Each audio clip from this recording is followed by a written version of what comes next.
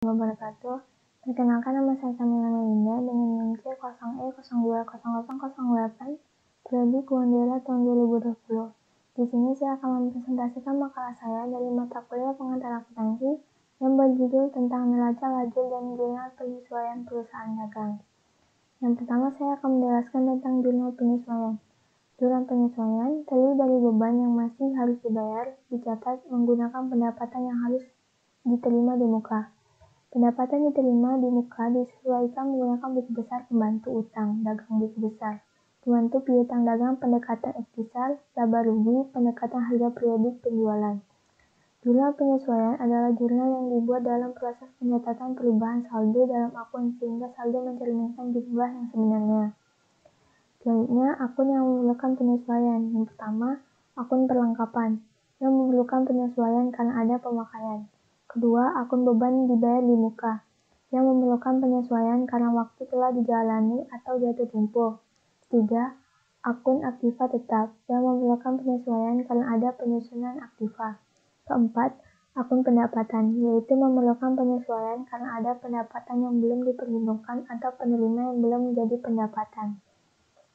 Kelima, akun beban yang memerlukan penyesuaian karena ada beban yang belum diperhitungkan atau pembayaran yang belum menjadi beban. Yang keenam, akun pendapatan diterima di muka yang memerlukan penyesuaian karena berjalannya waktu atau diserahkan presentasi pada pelanggan. Nah, ini adalah contoh jurnal penyesuaian untuk perusahaan dagang. Ini adalah bentuk contoh tabelnya. Selanjutnya yaitu neraca lajur.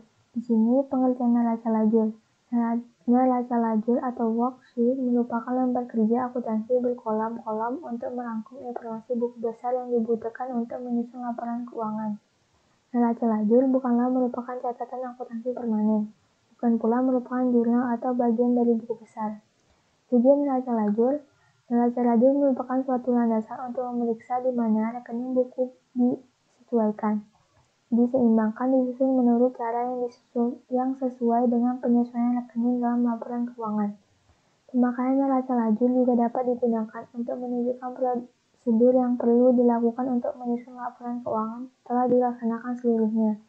Neraca lajur bukan merupakan laporan keuangan, maka tidak perlu diberikan kepada pihak luar seperti kreditur, pemegang saham, dan sebagainya. Selanjutnya yaitu langkah-langkah membuat neraca lajur. Yang pertama, nama perusahaan. Neraca lajur dalam periode penyusunan ditulis di tengah atas.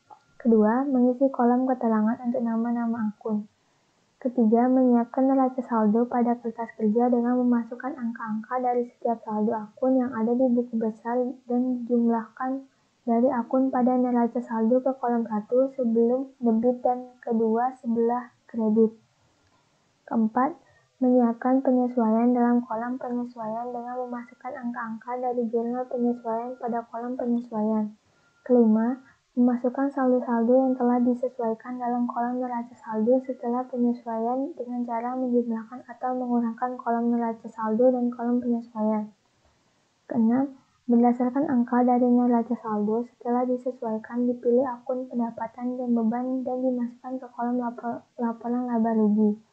Ketujuh, masih berdasarkan angka dan kolom neraca saldo setelah disesuaikan maka dipilih akun modal, laba atau rugi dan pride dimasukkan ke kolom perubahan modal. Itulah presentasi saya mengenai makalah saya. Apabila ada kesalahan kata saya mohon maaf dan saya akhiri. Wassalamualaikum warahmatullahi wabarakatuh.